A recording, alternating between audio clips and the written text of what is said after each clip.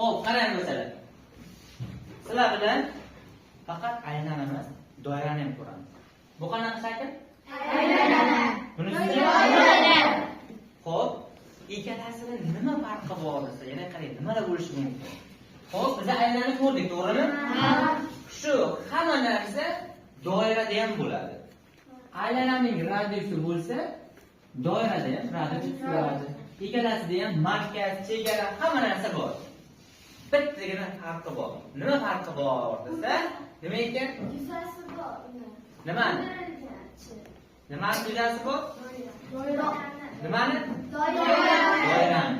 Ya'ni farqi doiramizning yuzi bor, aylanamizning Yuzi yo'q. yo'q ekan. Mana, yuzi yo'q. Xo'p, yaxshi o'tiring.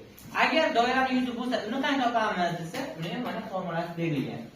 Yuzasi s teng pi ko'paygan r kvadrat. Shu formulani topamiz. R nima ekan? Radius.